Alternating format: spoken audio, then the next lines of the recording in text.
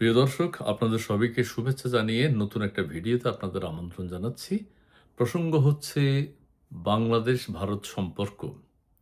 ভারতের প্রধানমন্ত্রীর আমন্ত্রণে বাংলাদেশের প্রধানমন্ত্রী ভারত যাবেন কি যাবেন না। ঠিক যেই মুহূর্তে বাংলাদেশের প্রধানমন্ত্রীর ভারত সফরে যাওয়াটা অনিশ্চিত এবং না যাওয়াটা নিশ্চিত হলো, ঠিক সেই মুহূর্তে গতকাল এবং আজকের পত্রপত্রিকার কিছু শিরোনাম আপনাদের সাথে একটু শেয়ার করতে চাই। ভারতের যে পররাষ্ট্রমন্ত্রী আছেন এস জয়শঙ্কর গঙ্গার পানি চুক্তি নিয়ে কি বলেছেন? অজিত দোভাল কোথায় যাচ্ছেন? ভারত থেকে বাংলাদেশে যেসব বিদ্যুৎ আসে, যে পরিমাণ বিদ্যুৎ আসে সেটা নিয়ে নতুন চার্জ, এই বিষয়গুলো একসাথ করলে কি দাঁড়ায়? একটা নেতিবাচক বাংলাদেশের উপর ভারতের একটা নেতিবাচক প্রভাব আসতে যাচ্ছে কিনা আমরা একটু মিলিয়ে দেখব। ভারতের জনগণ যে খুশি নয়, ভারতের সরকার যে খুশি নয়, এটা কিন্তু বোঝা যায়। বাংলাদেশ সরকার যেই শর্ত দিয়েছে, যে জটিল শর্ত ভারতকে দিয়েছে, এই শর্ত কূটনৈতিকভাবে শিষ্টাচারের মধ্যে পড়ে না এই কারণে, কারণ এই শর্ত বাস্তবায়ন হবেও না, আমাদের প্রধানমন্ত্রী যাবেও না।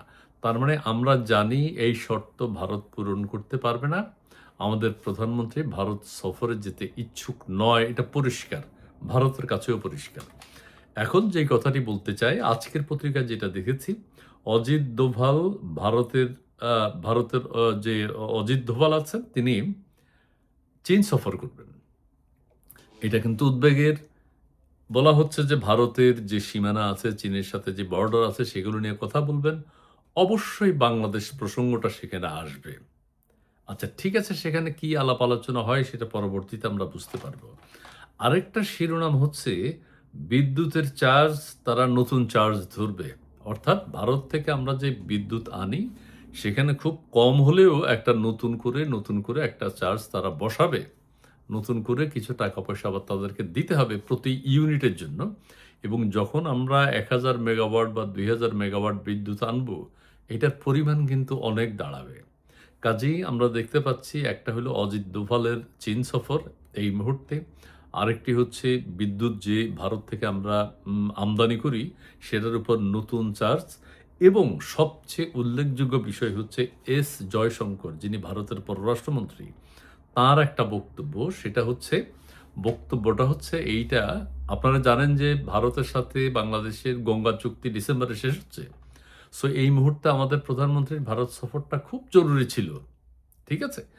তো এখন পররাষ্ট্রমন্ত্রী কি বলছে? আজকে বলছে ভারতের পররাষ্ট্রমন্ত্রী তিনি বলছেন, বাংলাদেশ ভারতের মধ্যে গঙ্গার পানি বন্টন চুক্তি নবায়নের সময় বিহারের স্বার্থ বিবেচনায় নেয়া হবে।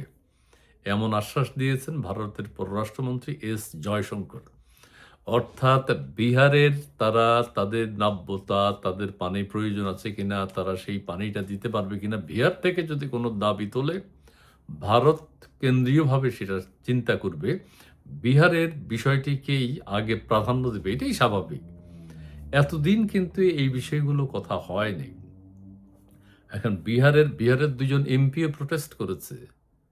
তারা এক ধরনের বিরক্ত যে সেটা প্রকাশ পায়। বিহারের ২ জন এমপি কথা বলেছে যে জয়শঙ্করের কাছে, যে ভারত থেকে যে পানি বন্টন চুক্তি, গঙ্গা চুক্তি, সেটি অবশ্যই বিহারের স্বার্থ দেখতে হবে সেখানে। আমি একটু পড়ে শোনাই সর্বশেষ যেটি, সেটি আপনাদেরকে।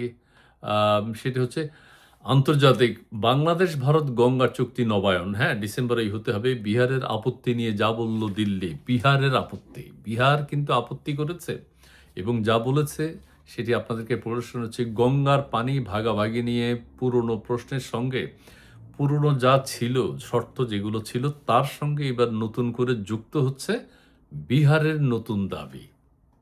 অর্থাৎ এই ২-১ দিনের মধ্যেই কিন্তু আমরা এই ৩ টা জিনিস দেখতে পাচ্ছি। সামনে আরো কি পরিবর্তন দেখতে পাবো সেটা ঠিক বোঝা যাচ্ছে না। বাংলাদেশ ভারতের মধ্যে পানি বন্টন চুক্তি নবায়নের সময় বিহারের স্বার্থ বিবেচনায় নেয়া হবে, এমন আশ্বাস দিয়েছেন ভারতীয় পররাষ্ট্রমন্ত্রী এস জয়শঙ্কর।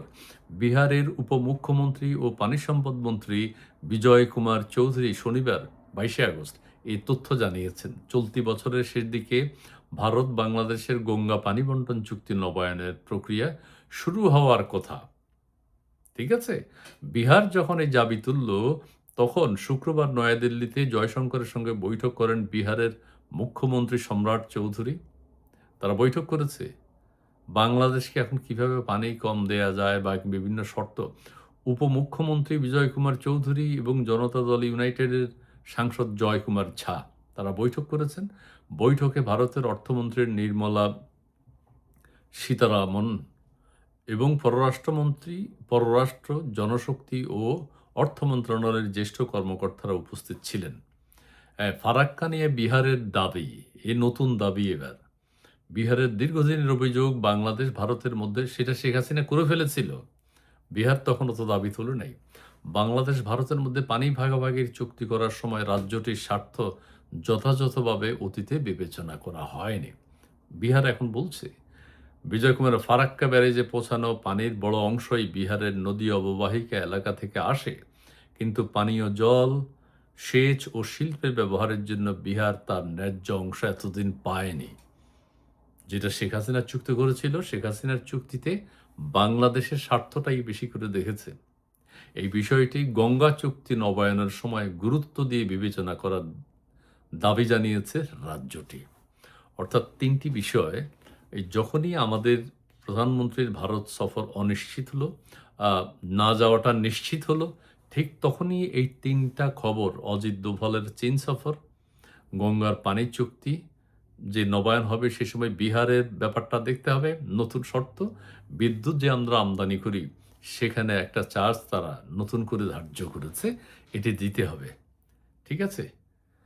বৈঠকে বিহারের পানি সম্পদ ব্যবস্থাপনা নিয়েও, বন্যা ব্যবস্থাপনা নিয়েও আলোচনা হয়। বিহারের এইসব দীর্ঘদিনের উদ্বেগের বিষয়ে কেন্দ্র ইতিবাচক সাড়া দিয়েছে বলে জানিয়েছে বিজয় চৌধুরী। অর্থাৎ ভারতের যে কেন্দ্রীয় সরকার আছে, কেন্দ্রীয় সরকার এবার বিহারের পক্ষে সাড়া দিয়েছে। তার মানে বাংলাদেশের সাথে ভারতের এবার গঙ্গার পানি চুক্তি খুব সহজ হবে না, নানান বিষয় জড়িয়ে যাবে। বিহারের বিষয়টা নতুন করে এসছে। আবার ভারতের যদি মেজাজ মর্জি ভালো না থাকে, কারণ তারা কূটনৈতিকভাবে খুব শিষ্টাচারের পরিচয় দিয়েছে আমাদের প্রধানমন্ত্রীর সফর নিয়ে। এই ৩টা বিষয় সামনে আনলাম, এটা কিন্তু খুবই গুরুত্বপূর্ণ। আমাদের দেখার বিষয় এখন আরও কি কি শর্ত আগামীতে শর্ত দেয়া হয় সেটি দেখব। ভালো থাকবেন, সুন্দর থাকবেন, ধন্যবাদ। তারপরও আবারও বলছি, বাংলাদেশের সাথে ভারতের একটা সুষ্ঠু সুন্দর সম্পর্ক বিরাজ করুক, কারণ অনেক দ্বিপাক্ষিক সমস্যা, শর্ত, ইস্যুগুলো রয়েছে দুই দেশের, এটি যেন সুন্দরভাবে সমাধান হয়। ধন্যবাদ।